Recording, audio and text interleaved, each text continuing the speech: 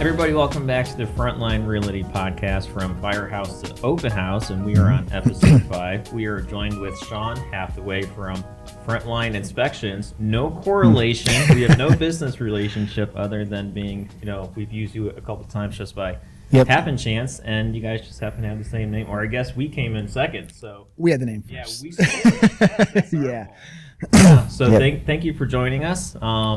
I do want to make mention here real quick. It is funny because once we did start doing a little bit of business, we found that people were actually calling you guys, thinking that they were calling us, and they were like, "Who's this team?" Right. Well, it was us. Yeah, I get what you're saying. So fun. What we're going to hit on this podcast is just a couple of things that buyers and maybe sellers as well want to be aware of when going through the transaction and coming from an inspector, someone who owns the company, and just some common things that you see and some tips and tricks for the public out there. So let's say I have a buyer client. Let's call you. Like, what is something that you probably expecting to see when you're going to an inspection? Well, the biggest thing with your clients, it's not a one-size-fits-all approach.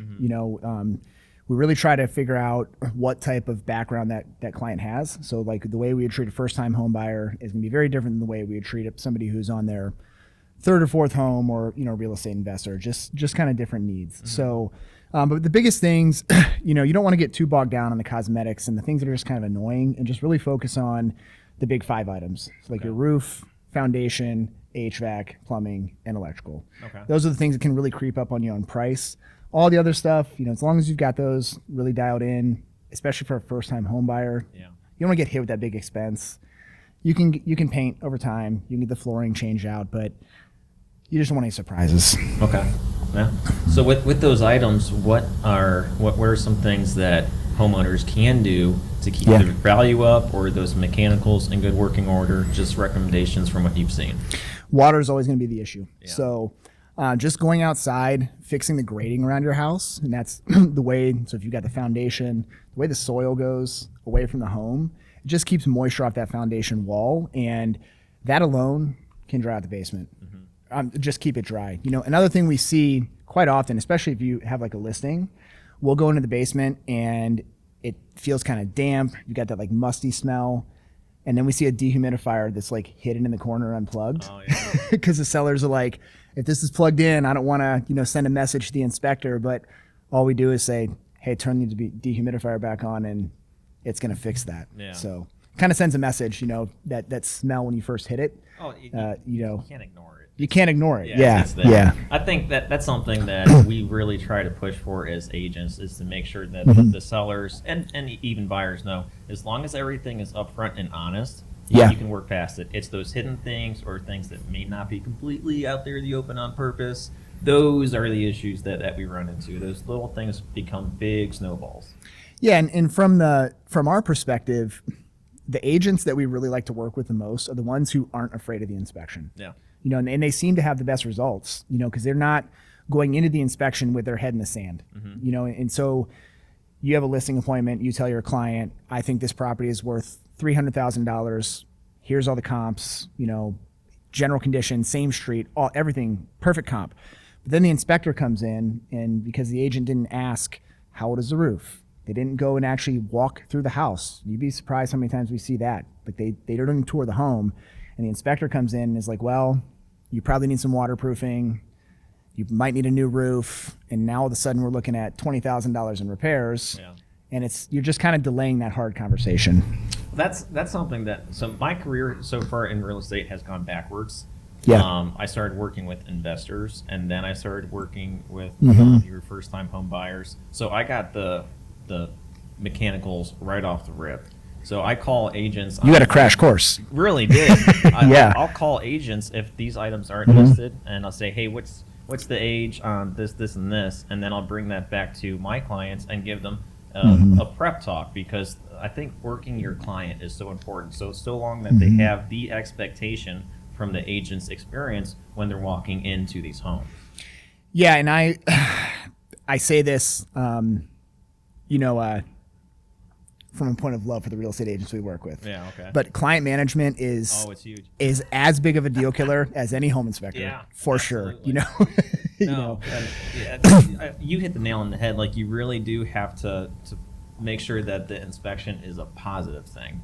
It is. Because on both sides of the table, whether buyer or seller, that information is going to be discovered. Have the right mindset going into it.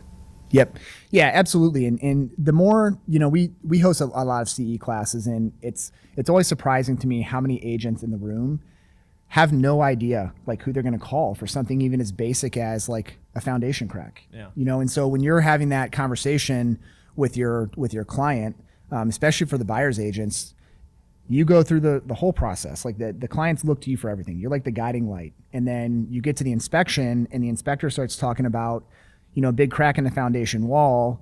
And if the agent has that like deer in headlights look, I mean, they look to you for everything. Like they feed off of that. So just having the confidence and having your team built out to know who you're going to call when those situations arise, it makes all the difference in the world in having just a nice, smooth transaction and better outcomes for your clients. Yeah.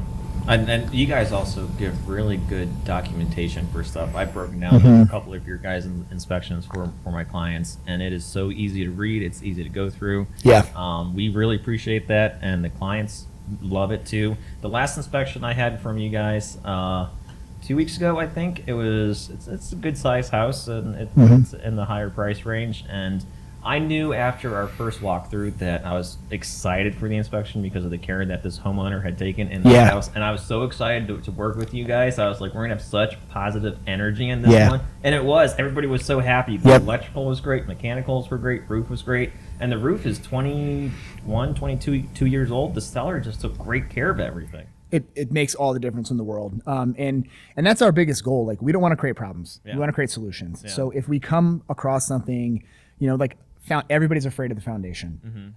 Foundation anymore, it doesn't have to be this big thing. Everybody gets scared, but I mean, it's very rare that we come across a foundation that needs to actually be rebuilt. So those little cracks in the wall, they're not that scary. They don't have to be, but you just have to understand, like what that means. And with your background working with investors, you probably saw a lot of that stuff. So I want to pivot here just real quick. Jared, our team lead, talks about bringing first responders into real estate as agents all the time, but we also see a good amount of first responders who have side jobs as inspectors. What does someone who is interested in maybe being an inspector and not an agent, what kind of schooling do they need to go through? What kind of classes? What kind of timeline? Just an expectation for them in the future. Yeah, it's a lot of the stuff can be done online, but I just really recommend reaching out to local companies to get a good mentor, because you have to have so many in the field or supervise inspections with a licensed inspector. But it's just like, it's kind of like your team is all first responders. So you go through the training, just like I was in police work for 15 years. You go through the police academy, you think you've got it all figured out, and then you get in the field and you're like, well, I'm starting back at square one. You're actually learning how to do the job. And inspections is the same way. You take all the training, you do all the classes, and then you have to learn how to manage clients, how to communicate. But that's where a lot of the carryover is, because like as a police officer, I saw everything from, inner city kids that had no guidance at all to professional athletes and doctors coming across, the people I interacted with. And so just being able to talk to all kinds of different people, different demographics, that carries over really well with dealing with real estate, which really, it's a people business. It really is. Yeah, it's a people business. Yeah. What kind of hours do you guys work? Because if we get inspections for you guys, it could be 9 o'clock in the morning, or sometimes we see them pretty late at night too. So I'm assuming you guys are just running 12-hour shifts or something. I have a team, so it's much easier in a team. I mean, in the beginning, I was doing everything. I was wearing all the hats. And to go back to like what you were saying, unfortunately in the beginning, it is going to be, you got to hustle. You have to, if you're not doing inspections, just let people know who you are. Nobody knows who you are. Nobody knows that you exist. And you got to pick up the phone and just have a conversation with somebody. But for the hours, I mean, the biggest challenge we have now is daylight. Oh, that's fair. So, I didn't think about a tighter schedule. is daylight, because it's not just the exterior of the home. If somebody wants an afternoon inspection, which is normally they get off of work, they want to be able to attend everything. But if they can't get to the property and they don't want to start the inspection until, say, 5:30 or 6, we can get there and get the outside done. But if we don't get access to the home, we can't tell if there's any like gaps in the attic or around windows and doors because we don't have that exterior, the sunlight. Oh, I never thought of that. Yeah. Huh. That's wild. So that's the biggest restraint right now. Yeah. How big is your guys' team? We are up to, just hired another inspector, so we're up to 7 full-time inspectors. Okay. We have an administrative staff of 3 that we have one leader that oversees the 2 other assistants, 7-day-a-week support, and 7-day-a-week inspection availability. Awesome. And you guys do a lot around Northeast Ohio because the last one I had, we were in the bottom southeast corner of Stark County, and then the inspector said he had to be in Lodi in 30 minutes. I was like, brother, you got to go. Yeah. Well, I have guys, I mean, because the inspection business is, the way we run is pretty hybrid. So we do have a central office where we host team meetings, we host training. We invite other inspection companies in all the time. In fact, that's how Mike, my right hand of the company, I mean, I invited him to a training, and I was like, dude, I gotta get you in my business. Like, how can we make this work?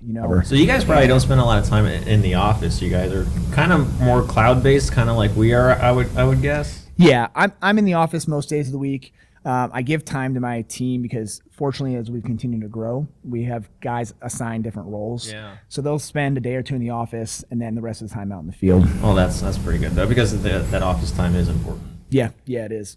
Good to get everybody together too. Build the teamwork and just camaraderie. Oh yeah. You fellas in the back, any questions for Inspector?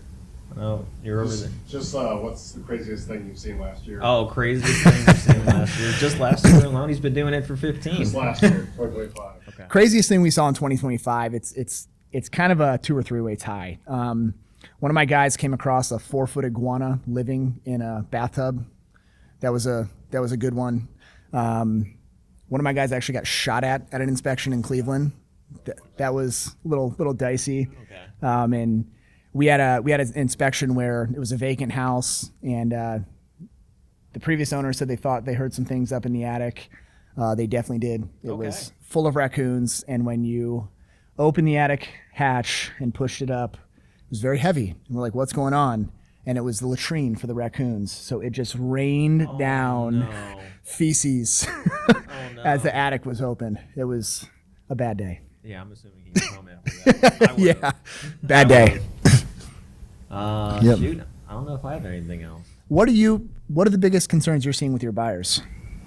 Well, on the emotional side is hesitation. Once the inspection gets ordered, and obviously it's kind of the same with the appraisal too.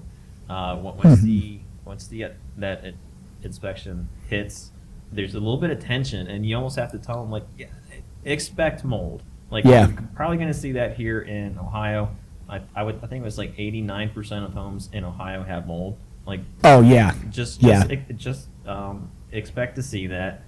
And then once the report comes back, going through it on a detailed level, and not just saying, what did you guys think of the report? No, break down every single you guys put the orange and the red flags. I talk about every single one. Yeah. And I can't give as an agent recommendations for certain things, but Sure. but I say, what's your guys' opinion on this? And if they say X, X, and X, I can build off that. Yeah. And then just let them lead that part of the conversation.